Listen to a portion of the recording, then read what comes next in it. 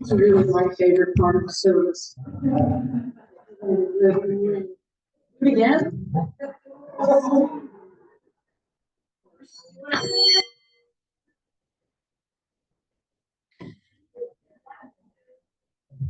Anyone not sitting in their seats will not get treats.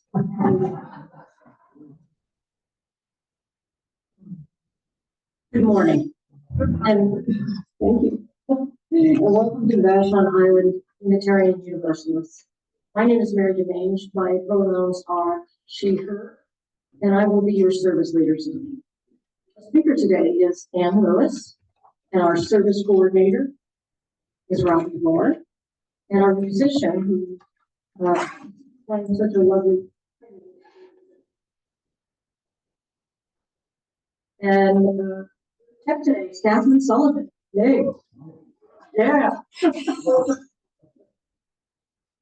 So, not necessarily related to the speaker today, but our monthly theme is repair.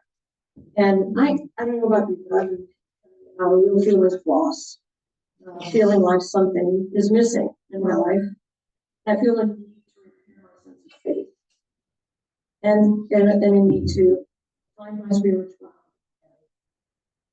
So that's what I'm going to be thinking about today. And also, we need to repair the downspout that's clogged in front of our carport. And if anybody has any suggestions, as people help me with that, you know, afterwards.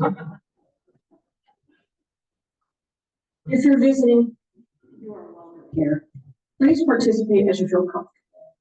You're invited to stay and introduce yourself in conversation following the service. Our congregation is committed to individual freedom of belief, welcomes diversity, seeks to promote a sense of community, and fosters religion. We are mostly labeled community strengthening and by reading together volunteer contributions of members and friends. Our community is guided and supported by our minister, Reverend Victoria Paul. As we begin our service, please take a couple of breaths to become fully present. Get comfortable in your seats. Relax and bring your attention into this moment of communal reflection and sharing.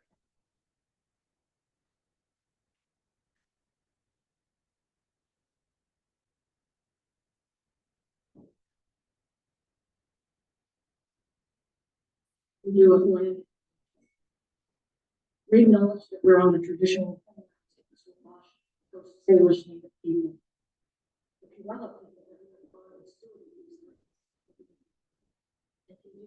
so today, we recognize that this land acknowledgement is one small step towards true outreach, meant to the voices, experiences, histories of the indigenous people of this planet.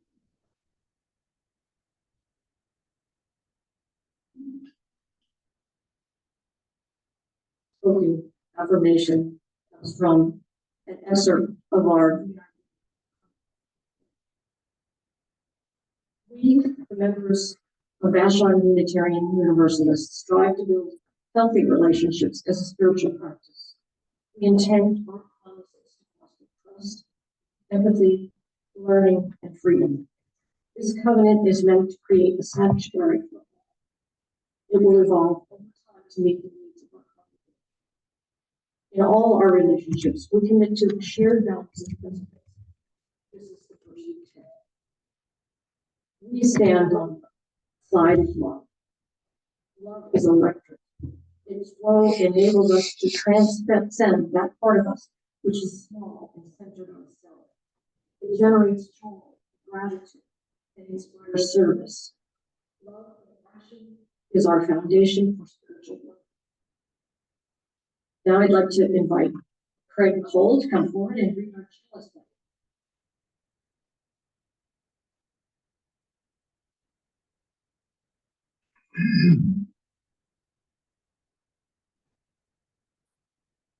California words are welcome by Maureen Floyd. in need of healing, you who are confused or have been betrayed. Welcome with your problems and your pain. Welcome to your joys and your wonderings. Welcome your need to hope, your longing for assurance instead of answers. Here may you find safety for your questions. Instead of promises, may you find community for your struggles and people with hands and hearts to join in engaging challenges.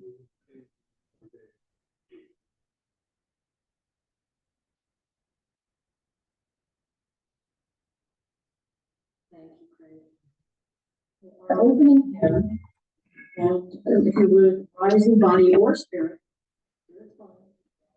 and join me in hymn number 9.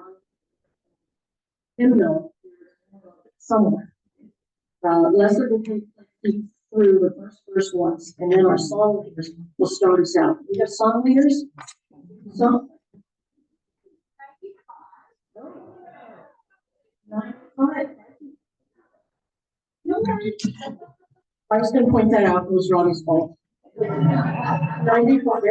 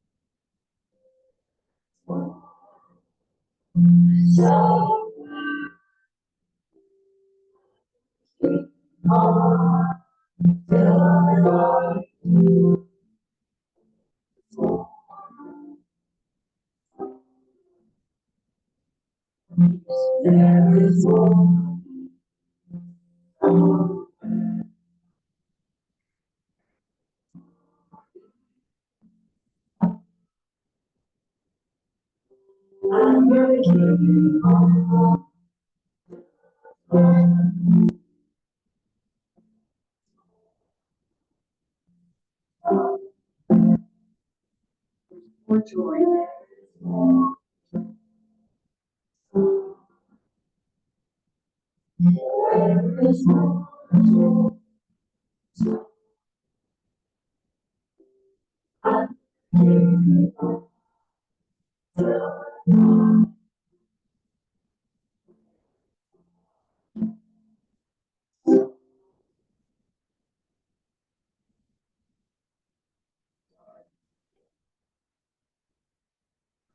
I would like to invite Mrs. Frank forward.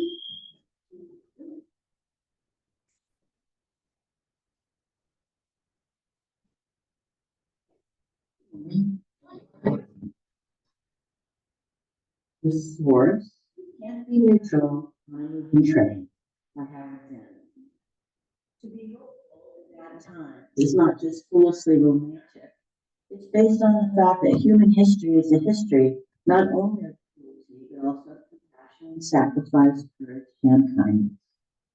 What we choose to emphasize in this complex history will determine our lives.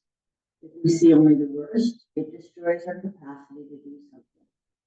If we remember those times and places, and there are so many, where people have behaved magnificently, this gives us the energy to act, and at least the possibility of sending the spinning top of the world in a different direction. And if we do act, in however small a way, we don't have to wait for some grand utopian future.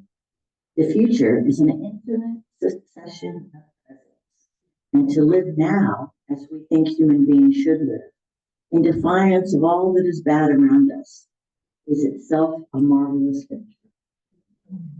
Thank you.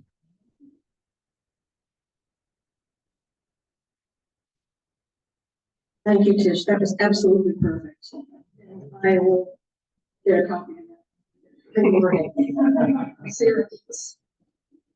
So, our DIUU, our practice of offering this, I believe, programs forms part of our work to support each other in spiritual development, community development, as we share our free and responsible search for truth.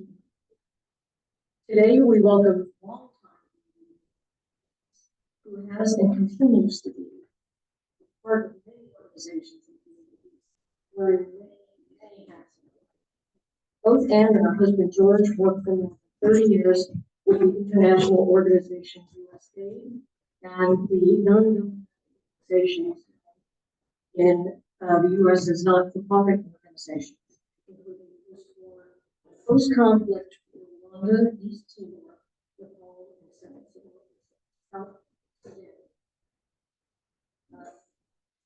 And we are forgot to mention when we got to National, they did another consulting. And I got all confused. So I just wanted to put that out there. And I want to say that Anne and Robbie worked together on how best to engage us, the IU members and friends in this presentation.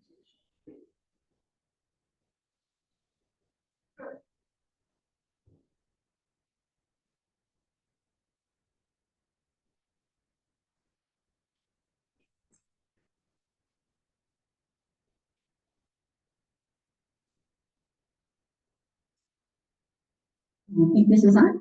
Yeah. The first thing I wanted to do is thank Anna for agreeing to do this.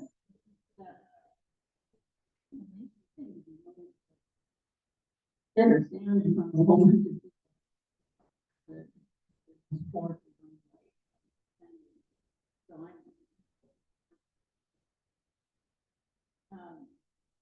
It's a matter of trust. What goes on, what we should have been going on is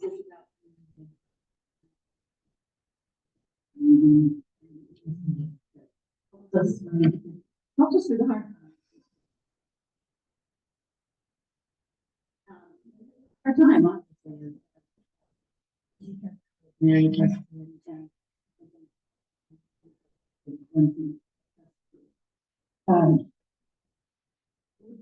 my question. Pretty overwhelming. It's kind of like the whole life. Answers that maybe then starting out. So we decided with like 5 minutes, focus in. And I did have a couple conversations. Really, it was just about what it was that was doable in 20 minutes. That with our soul matters community and that really address our problems. So I'm just going to turn this over to Anne. Thank you, Robbie. Please let me yes, this was very daunting. So I thought, having been a preschool teacher, I would start with a little show and tell. Because I have been a teacher.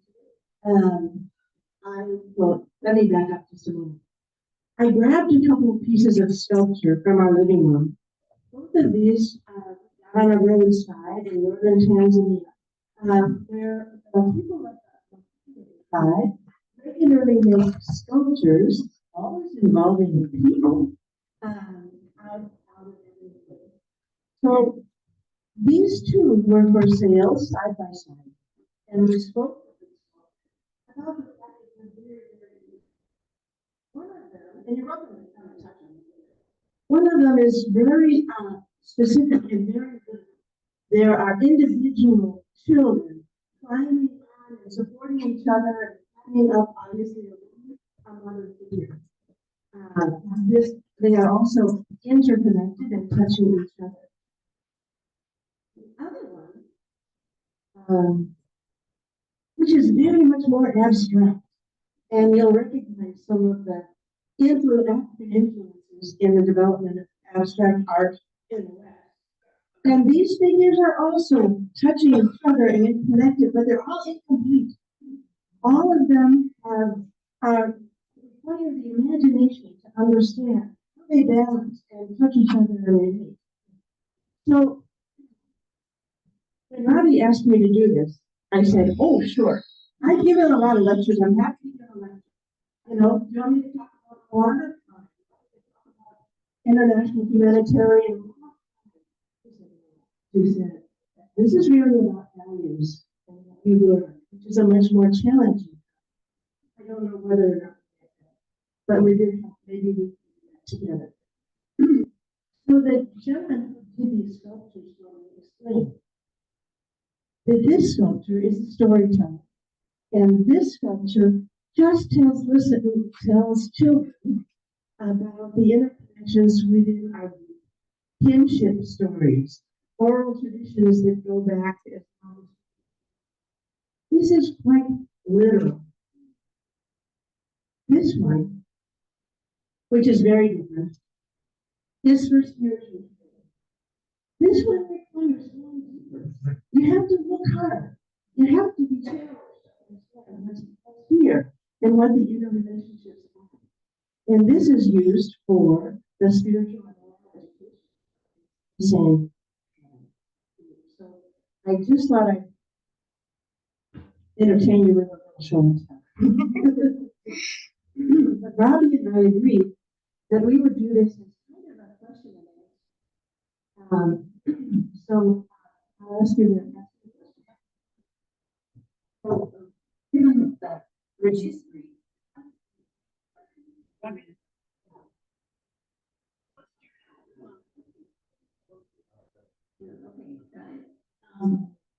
How did you decide to start your career and to end up in all of these interesting and complex things?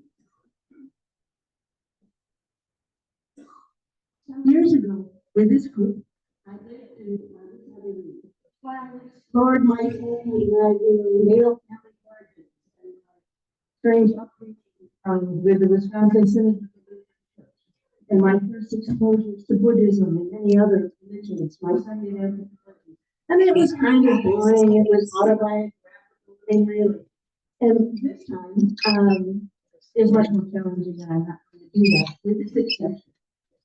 I was in a household where my mother and father trained me with both the blessing and the curse, which goes like this.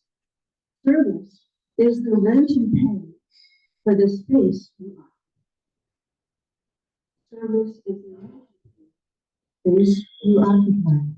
So you can imagine what the blessing and the curse. As Howard that is going to propel us to service, but there's also a happy layer of guilt, especially for us in the Western world, who occupy our theme this month is the practice of the which took me immediately to our experiences working specifically in conflict affected areas. Who were in the process of the experience of the hot war had passed. People had returned. If there were peace negotiations that had been resolved, and the communities and the youth were trying hard to figure out how do you restructure a society after the schism of an internal war. This was brought in very high relief. I work specifically in Rwanda.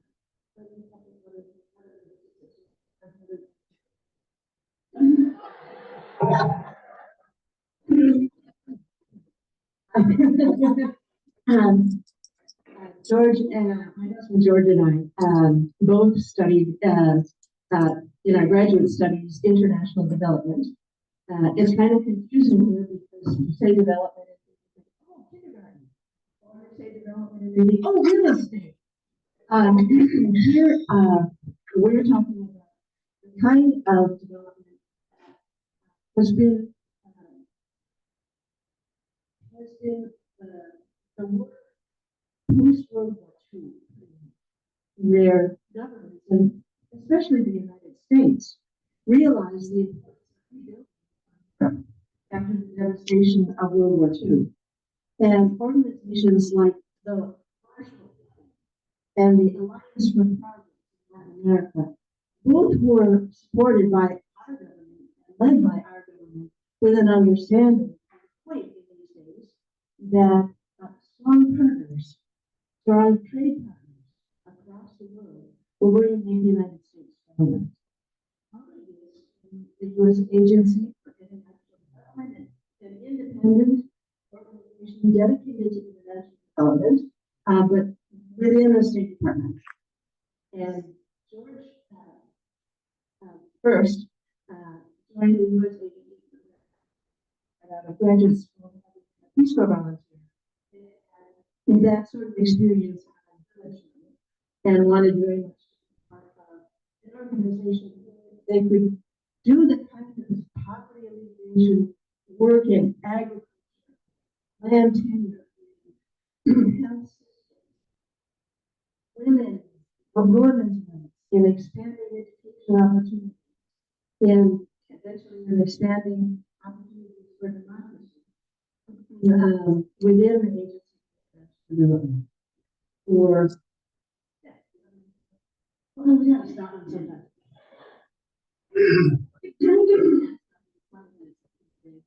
Great, good. You count it.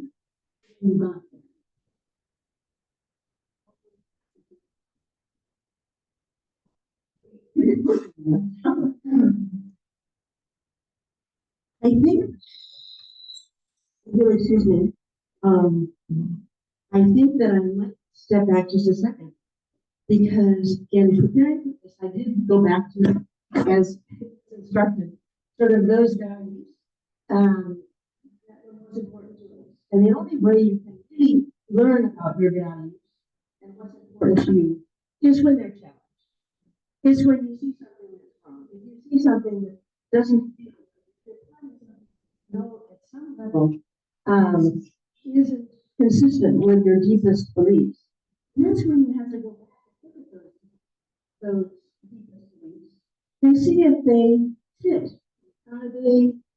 Is it time to modify them? Do they need to be changed? Should we talk to each other as a community to explore them with each other and see if they need to be modified? I am early enough, I read the little pamphlet, essays written by Unitarian Universalist minister Robert Fulton. You all remember everything I needed to know I learned in kindergarten. He was the minister down now and other places, and his little pamphlet really outlined the main values. Pick up after you. Share. Be kind. Help each other. Play fair. And it's the fair and the role of justice that has resonated most for me in my career. Now, one of the things that you said when we were talking that struck me the most was that what do you do when you're unshakable are shaken? Every one of you, if you think, and I'm going to invite you to do that, you share an opportunity where that happened, where your view of what the world is really shaken, and either in violation of what you think it should be, or just even just something feeling not quite right. It was, I think, our experience working in Rwanda, in Central Africa, in the almost immediate terrible war and genocide that they suffered in 1994. It seems like a long time.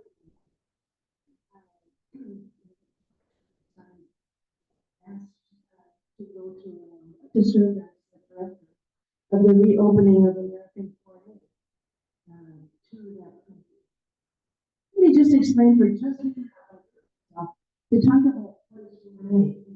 It's not a very popular or well understood topic. It doesn't come up in the, the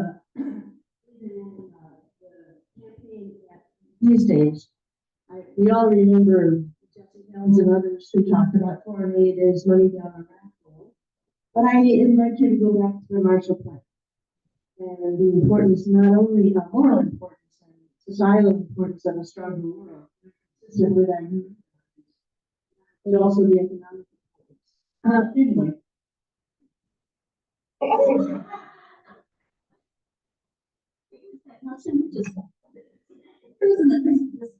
We were in Rwanda. How long are we? What happens when you are in that notion?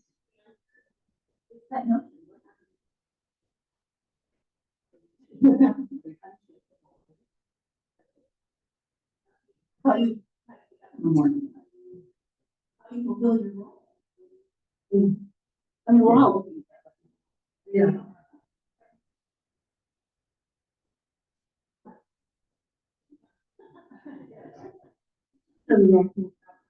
So an unshakable other thing.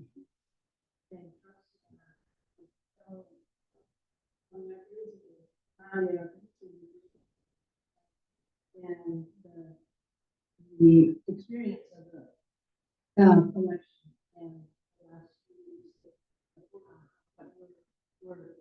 we're looking forward to is very frightening.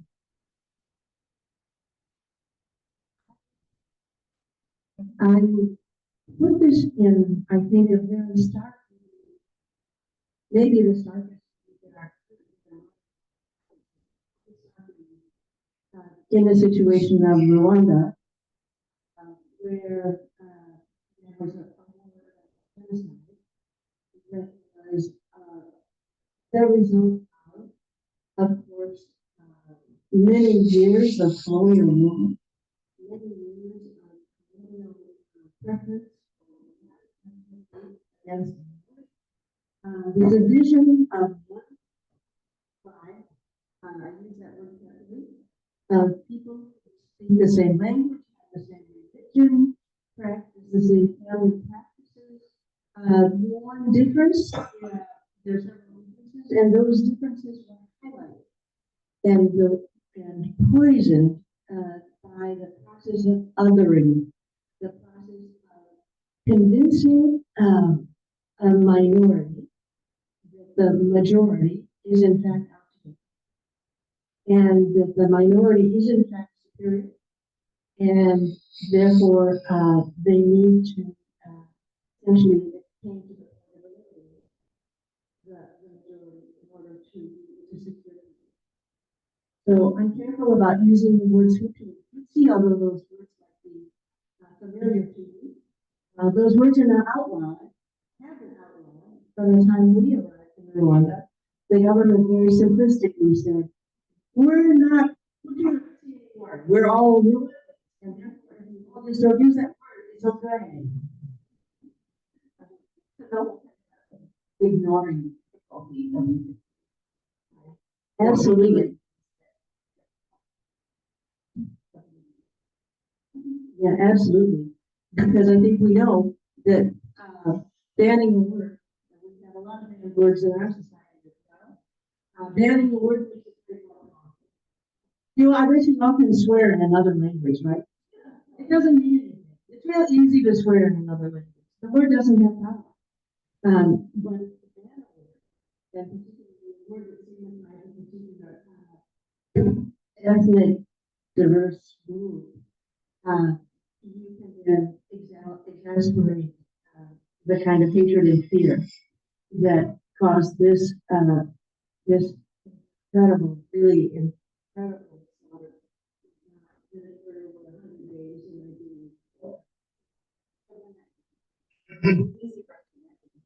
Robbie? Imagine the horror of that situation. So this is, it's kind of a fast forward, but I'm gonna ask you to do this. What is it? What are that helped you get through that made you able to make sense of that word function in a professional in a situation that you just couldn't accept. The easy answer, of course, is the, the friends and the people that we know. So the people with whom we shared our household, the friends and colleagues, who all had been the genocide survived. We had a staff of people where the brother of one had killed the husband of another. We had a staff of people where a whole family had been hiding for months in the roof of a building, afraid that they were going to get killed and coming back down, and then going back to work with people who had participated, they suspected, of course, in the genocide. So the challenge was, as I said, in the case of it was getting together at the conference table and talk to each other. Because one of those beliefs is that walking together, phrase that was telegraphed and posted in my home was the model of the American Field Service, a student exchange program founded by ambulance drivers after World War One, and it comes from a Persian saying that is walk together, talk together, all ye peoples of the earth, then and only then will you have peace. So the challenge of getting people to talk to each other is a challenge we're facing every day now. You know, if we could find some people, we tend to be very self-satisfied among ourselves, and make a lot of assumptions, which would be very worthwhile for us to examine together. Anyway, We're going to have to you see the challenge, right? I'm trying to get me to do this. All right, you see the challenge. Now, we're going to talk about something that complex that I think what I'm hearing you say right now is that one of the things that through that period was that notion that recognizing common humanity. and it was particularly, it sounds so, please forgive me, but it was the strength and resilience of the one with whom we often talked and ate and worked. And they got up in the morning and they got dressed and they fed their kids and they went to work and they figured out how they were going to have to get through each day. And all of us who have been in mourning have that same kind of challenge of figuring out in the morning and do what you have to do that day. And the ability of people to be able to do many it was very humbling because all we could do was try to support that. It was also a challenge to our values because we were going of our privilege. It was everywhere. The fact that we were wealthy. We were living in a comfortable home. Yes, there were bullet holes in the walls, but it was a comfortable home. And we were, as cynics say, doing well by doing good. You know, we got to do it. But there was also a challenge. I don't know if I can get it. We're very different in that George was a government officer, and the U.S. Agency for International Development works together with the government. Usually, it's usually 5 minutes negotiated together priorities and U.S. priorities and negotiated into projects that were nationwide, usually in scale, and also bolstered the credibility and strength of and this was the case in many of the places that we worked. either through grants or through loans. It was extending America's, all right, the symbol of USAID is an extended hand in handshake. But we also know that as an arm of our foreign policy, there's a little bit of tightness in that handshake. There's a little bit of pull as well. I worked as an representative eventually of the Office of Foreign Disaster Assistance, which is a humanitarian organization. I think I would say that supports humanitarian aid. You know, when you see starving child, you want to give them food. And everyone in Congress supports humanitarian aid, you know. Of course, it's one of our greatest values, right? However, we don't like foreign aid. Like humanitarian aid is fine. And those starving kids, you know, give them a meal. But the government, where you're going to work on improving agricultural practices and expanding opportunities in the long run, working in education where you're not going to see the benefits for decades, that is hard to find through Congress. And a very specific thing happened with us in Georgia and his organization. This is the post-genocide. Were essentially victims of genocide who survived. That government got foreign assistance through the USAID at a level of about $15 million a year. I think that was what it was. I mean, piddling. But when there was an emergency, when the people who fled, that is the Hutus, had fled the country at the end of the genocide, as it was coming to the end, and it was clear that the Tutsi army was winning, they fled to refugee camps. At that point, there were almost another million people who had been in those camps, which we had attacked. And those people came home. They were no longer safe, they were no longer protected by the UN, they were no longer supported through the NGOs that all of us have. And they were essentially forced to return to their homeland.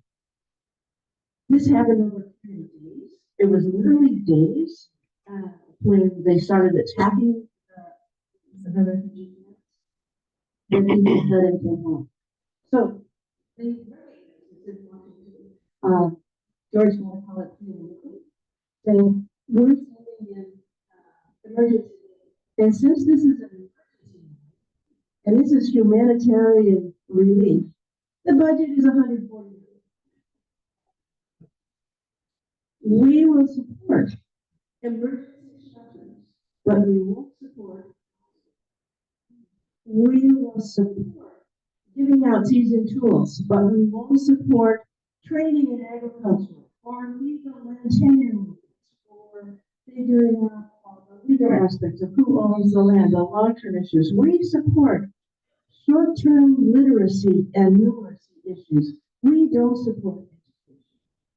We support immunizations and water supply, but we don't support irrigation and health. So we were confronted with this kind of crazy. So, what? You know, I'm sorry.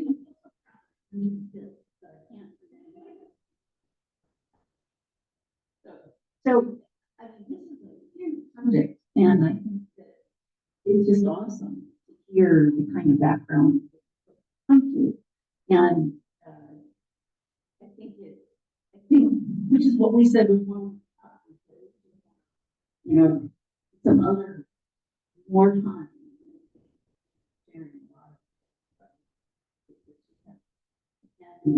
And the truth, I mean, we know that things work because here's Anne, right? Here's Anne, here's George. They survived being in, you know, and they're not bitter, and they're not.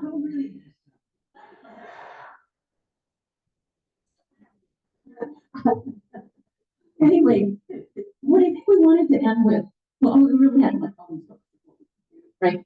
Bigger than what you, but we wanted to pose the same question we started out with in the got you through that situation? You know, what did you have to confront in your own life? What are you confronting in your own life right now that at times might just seem like impossible, that just is dizzying, you know, that makes you, in fact, shut down sometimes, because when you start to think of it, the dissonance is so great that you can't get through it. We will get through it. While you're thinking, I'll jump ahead, and address what is, perhaps the answer. Whatever the question is, I believe that education is the answer. And education in all its different forms, is what I specialize in, is, of course, as we know, a very subversive activity. It's a radical activity. It's scary for an authoritarian regime, and we see that, and we have to now brace ourselves to see that. When they come for our Vashon, when they come for our Vashon library and our books, we have to remember that it is education that is fearful because it is so powerful. And so I had some examples at the time, because authoritarianism is control, and education is the opposite, in that it's encouraging people to learn to.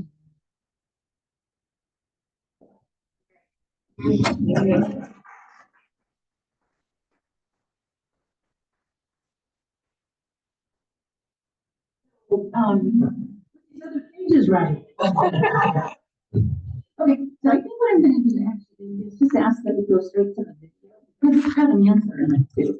It's actually, I think, not a video. Yeah, I'm just gonna listen to it. And then after that, to ask questions and answer some silence time. And,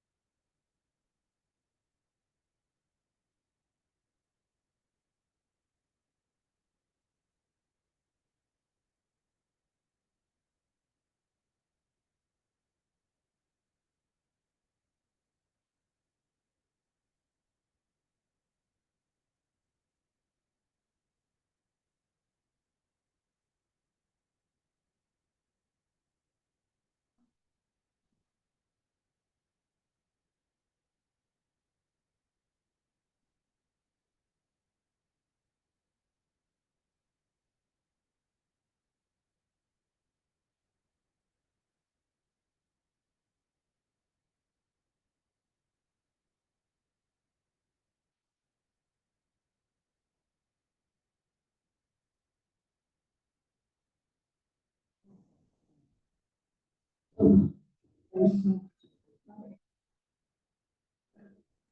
deep touch. Let us hold a moment of contemplation and worship.